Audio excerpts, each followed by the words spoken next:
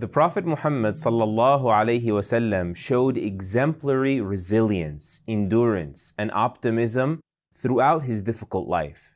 You could argue that his life was an avalanche of hardships and adversities. And he also was not someone who was some stoic, someone who was indifferent to life's ups and downs, never happy, never sad. No, this was someone who was not emotionally detached. This was someone whose pains would spill his tears. And yet at the same time, his unique trust in God allowed him to live a life of such peace and such contentment that we cannot find really in any other human being. Shouldn't we consider it miraculous that the Prophet ﷺ was able to rise from this abyss of negativity and not just survive, but to be a source of inspiration for countless human beings throughout human history? Only God can do that. The same way that only God can bring the living out of the dead, and only God can cause a rock to spring forth with water, and only God can nourish a rose in the middle of the desert. It was only God that kept him smiling throughout, playing with his grandchildren, standing firm upon his principles, lifting the spirits of people that suffered so much less than him. Only God could have kept that heart of his grateful at a time when people couldn't even be patient.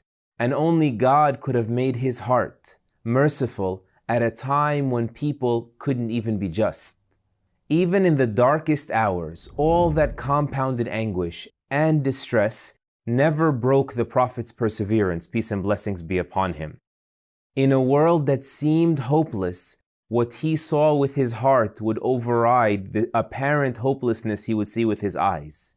He was always confident in Allah's promise, always trusting in his decree. You know, in one incident, they were tracked, the Prophet ﷺ, by mercenaries to a cave. Him and Abu Bakr, may Allah be pleased with him, are there, and the mercenaries just had to bend down, and nothing would have stopped them from seeing and capturing the Prophet ﷺ and Abu Bakr as-Siddiq.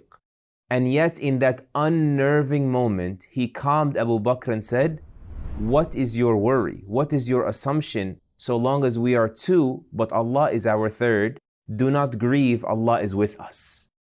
You know, the Prophet ﷺ recited verses from the Quran years later about this incident when Allah said, "If you support the Messenger of Allah or not, know that Allah has already supported him."